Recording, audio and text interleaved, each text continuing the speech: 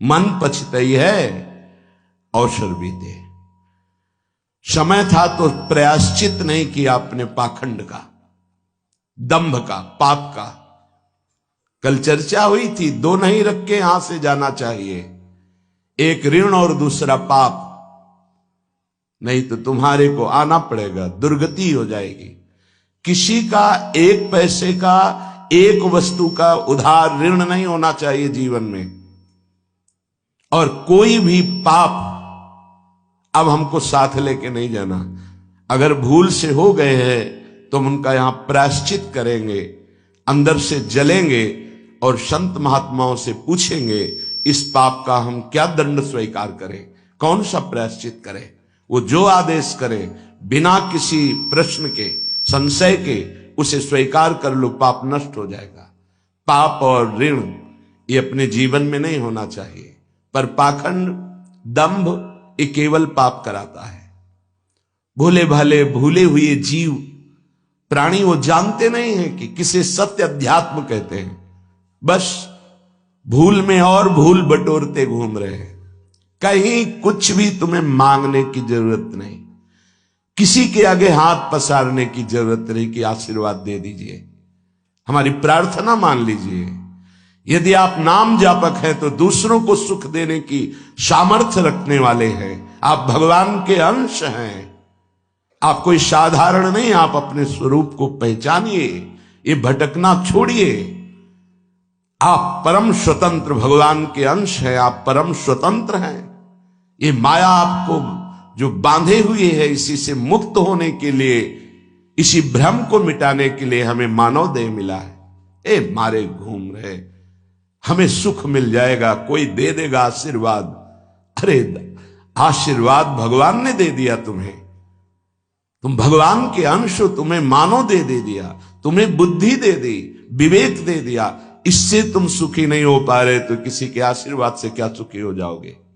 आशीर्वाद भी वही लागू होता है जो सत्कर्मी होता है, जो पाप नाशक अनुष्ठान किए हुए उसी के ऊपर आशीर्वाद जाता है। आप सोचे आप करें पाप, विषय विलासिता, और आपको कोई परमहंस आशीर्वाद दे दे, आपकी सामर्थ्य नहीं कि ऐसे आशीर्वाद देने वाले महापुरुष तक पहुंच पाए।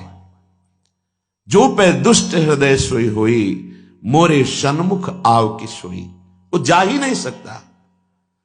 अगर चले गए तो आशीर्वाद मांगने की जरूरत नहीं है, वो बात मिल जाएगी जो तुम्हें दूसरों को आशीर्वाद देने की सामर्थ्य प्रदान कर देगी।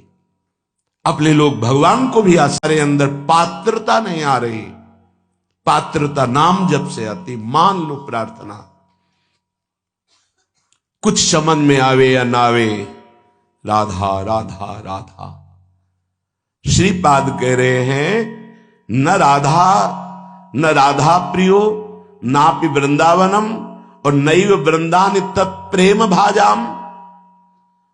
प्रेम भाजाम, जो प्रेम पात्र बन चुके हैं, जिनके हृदय में वृंदावन प्रकाशित हो चुका है, प्रिया प्रीतम खेल रहे हैं, ऐसे महापुरुषों का संग नहीं, वृंदावन का आश्रय वास नहीं और प्रिया प्रीतम की उपासना नहीं, तो तुम्हारा जीवन धिक्कार, किस काम का जीवन। ये बहुत सुंदर बात मांग रहे हैं, जब मेरे मरने का समय आवे तो हे राधा नागर अर्थात प्रिया प्रीतम, जीवन आपको समर्पित है, तो अंतिम श्वास में आप चूक मत करना। यदि जीते जी मैं आपके योग्य नहीं हुआ, आपने दर्शन नहीं दिए, आप नहीं मिले, चलेगा। क्यों? क्योंकि नाम आपका है ना, नाम के सहारे जी लेंगे हम आपकी लीला गुण गायन करके जी लेंगे, आपके प्रेमी जनों के संग से, आपके चरणारविंद के अनुराग रंग में हम जी लेंगे। पर अंतिम समय आप, बहुत सुंदर बात है, भक्तों ने मांगा भी है, कह रहे हैं कि अंतिम समय आप मेरे हृदय में स्फुरित हो जाए। जब मैं शरीर छोड़ रहा हूं उस समय केवल प्रिया प्रीतम। निश्चित ये हमारा विश्वास, हमारा हृदय इस बात को पक्का करता है कि जैसे भी बने हम लगे रहे हैं जीवन भर प्रभु के चरणों में, तो अंतिम में प्रभु फिर अपनी कृपा विशेष करते हैं, उस उपासक के हृदय में प्रभु स्फुरित हो जाते हैं। श्रीपाद मांग रहे हैं प्रियालाल से, हन्मम राधा नागर चरणम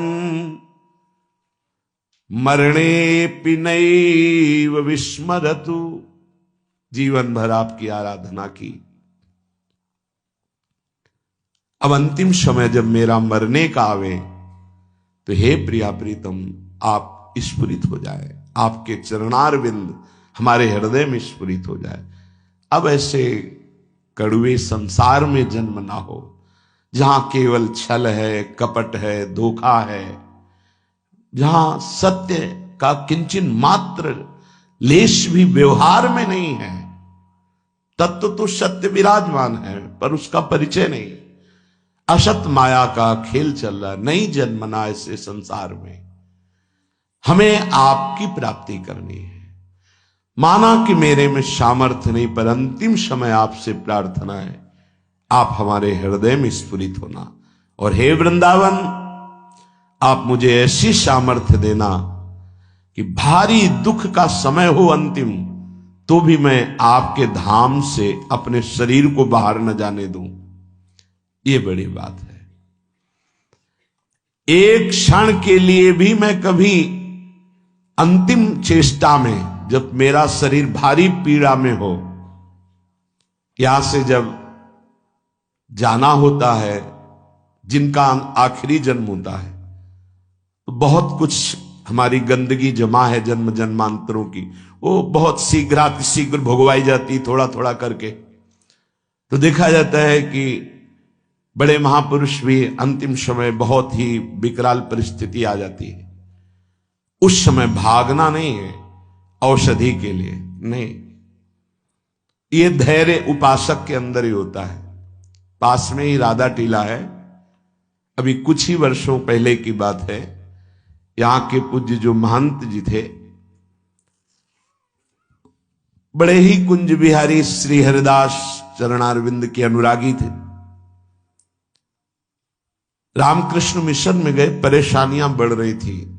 उन्होंने जांच की, उन्होंने कहा यहां नहीं, आपको दिल्ली जाना होगा, या हो सकता है आगरे में हो जाए, या तो नहीं हो सकता, न मथुरा में न वृंदावन में।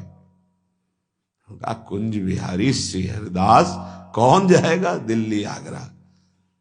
हालत खराब होती चली गई। श्री हरिदास कुंज बिहारी श्री हरिदास। सबसे कहा कि स्वामी जी बुला रहे हैं हमें, जल्दी तैयारी करो जल्दी। ये अभी कुछ वर्षों की बात है, ये अपने सामने की बात कह रहे। जल्दी भोग बनाओ, नहीं तो भोग नहीं लगा पाओगे, समय है अभी, राजभोग जल्दी लगाओ। राजभोग लगाया, प्रसाद लाओ, प्रसाद, बैठो सब सामने। कुंज बिहारी श्री हरिदास, श्यामा प्यारी कुंज बिहारी श्री हरिदास दुलारी। कीर्तन शुरू हुआ, कोई समझ नहीं पा रहा क्या कह रहे, बस खून की उल्टी हुई, बोले स्वामी जी बुला रहे, चले गए। ये है तभी लिखा है, ध्यान मूलम गुरु मूर्ति, पूजा मूलम गुरु पदम, मंत्र मूलम गुरु वाक्यम, मोक्ष मूलम गुरु कृपा। महादेव गुरुदेव हैं, श्री जी गुरुदेव हैं, इन्हीं की कृपा से ही मोक्ष मूलम, तभी आजीवन आराधना करते रहते हैं। यही मांग रहे हैं, तनुरपि न विपत कोटिषु जीवन वृंदावनम क्षणम त्यजतु। बाबा को श्री जी लाई थी वृंदावन, उड़िया बाबा को।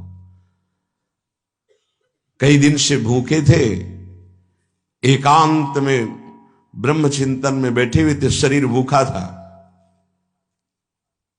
पहुंच गए लाडली लाल बच्चे के रूप में संध्या काल के बाद। और बाबा, मैया ने कहा है कि कोई संत भूखे बैठे हैं, रोटी पाएगा।